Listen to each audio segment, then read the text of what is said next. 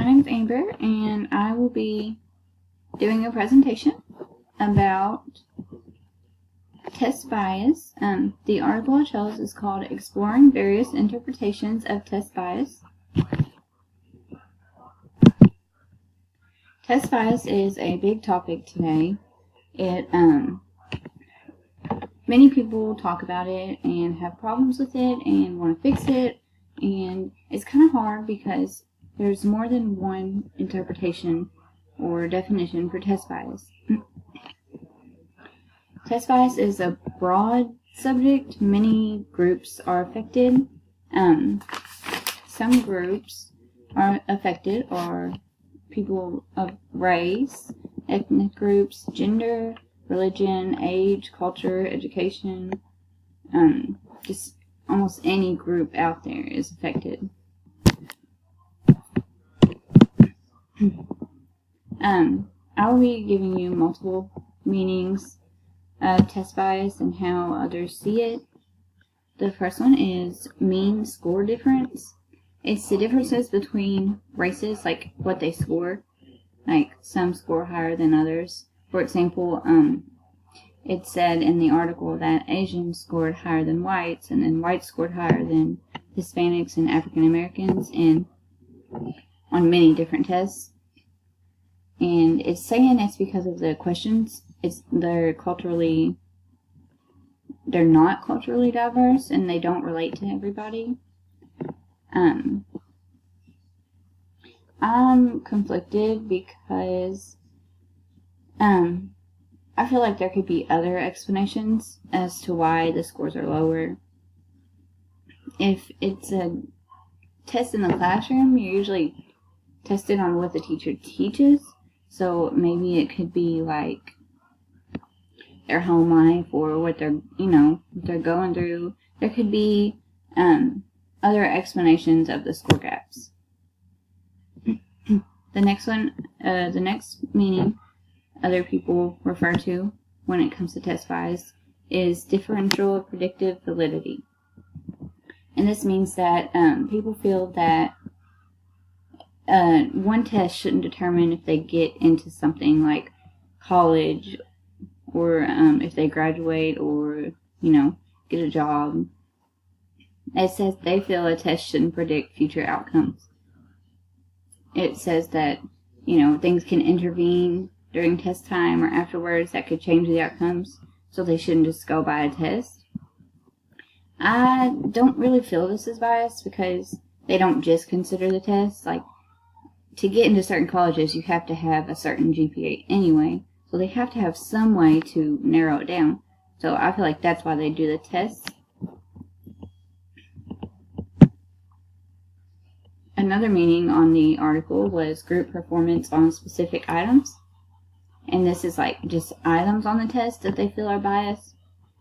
And they say that how you determine this is if they have people from different groups with the same level of ability, one person getting right and the other getting wrong. If it happens multiple times with different, like groups, like races or religion or something like that.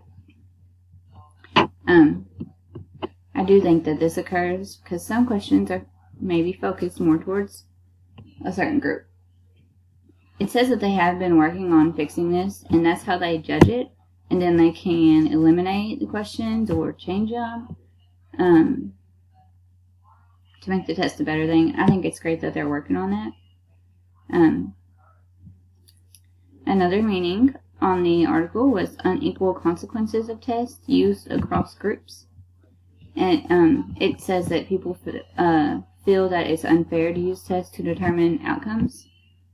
And then an example of that would be like the ASVAB test, or it could also be like a test to graduate, or a test to see if someone has a mental illness or gets a job, or, you can't, it's unfair to, people feel it's unfair to test for those reasons. Use just one test. Especially if, the questions or something are biased to certain groups again. That could determine a different outcome than it needed to be.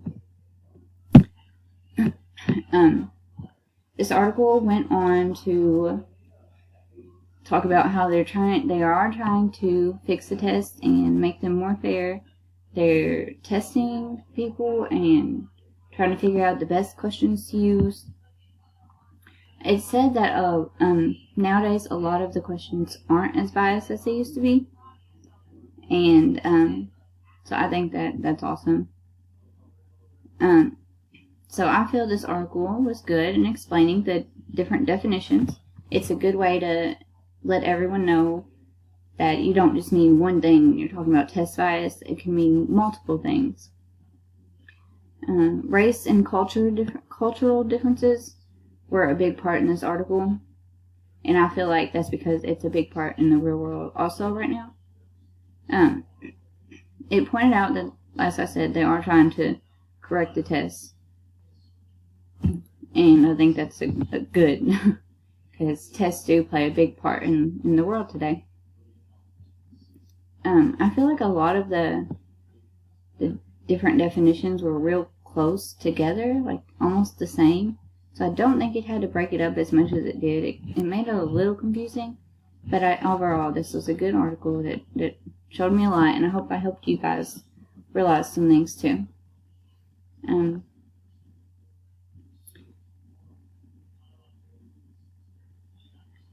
It also did say that there aren't really enough questions to affect scores between different groups too bad anymore. So a lot of that has been eliminated. To connect to my classroom, I think I will definitely make my classroom culturally diverse. We will read stories from all different cultures, all different races, everything, to familiarize everyone with as much as we can. That way they're prepared for all the questions that may come at them throughout school, throughout life. I'll have an open mind when making up questions for my tests, and I will only put questions on there that I teach for sure. That way I know my students will do their best in my classroom because they know it because I taught them. So thank you. I hope this broadened your knowledge on test bias.